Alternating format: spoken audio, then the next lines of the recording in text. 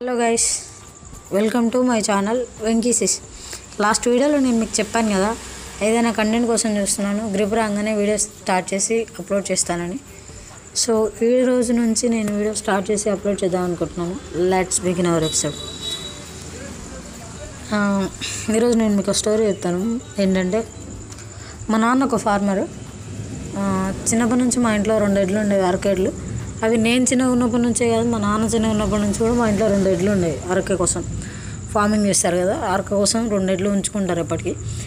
So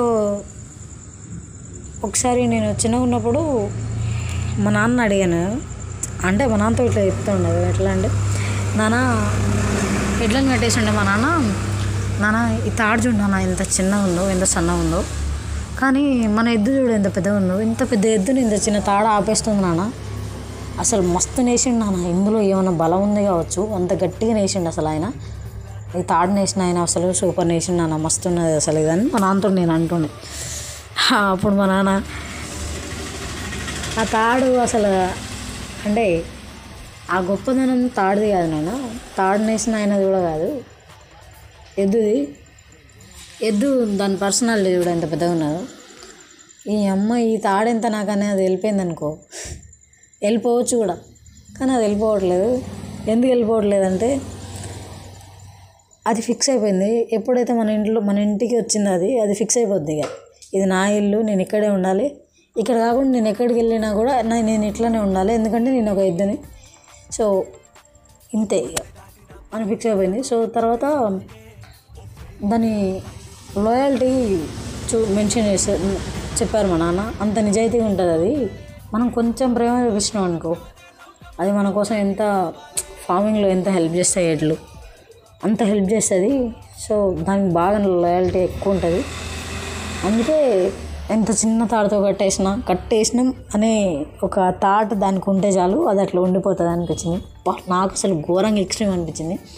ఎందుకంటే అక్కడ ఉన్న చూడండి, అసలు ఆ తాడు ఎద్దు బాండింగ్ ఏంటంటే, ఈ తాడు అనేది ఎప్పుడైతే నాకు కట్టేస్తారో, నా కాలుకి కట్టేసినా, నా తలకాయ కట్టేసినా, నా కొమ్ములకు కట్టేసినా, ఎక్కడ కట్టేసినా నేను ఉండాలి అంతే. ఇక తాడు అనేది ఒకటి నన్ను కట్టేసింది అని, ఎద్దును నన్ను కట్టేసిన అని తాడు ఉంటే చాలు, నేను ఇక్కడ ఉండిపోవాలంతే. యజమాని వచ్చి ఆ తాడు ఇప్పినా అని అనుకునేంత వరకు నేను పోవద్దు ఎక్కడికి అని అది ఫిక్స్ అయింది కదా. దట్టు అసలు ఎక్స్ట్రీమ్ అనిపించింది. అసలు అమ్మ ఇంతగానో ఉండరా అనిపించింది, బాగా అనిపించింది. సో ఇక్కడ మేజర్ ఏంటంటే, లాయల్టీ ముఖ్యం కదా దేనికైనా కూడా. మా నాన్న మీదనే కాదు, ఏ ఫార్మర్ మీద అయినా ఎద్దుకు అంత ప్రేమ ఉంటుంది. సో అందుకే అవి మనకి ఎక్కడైనా అంత హెల్ప్ చేస్తాయి. So be careful about animals.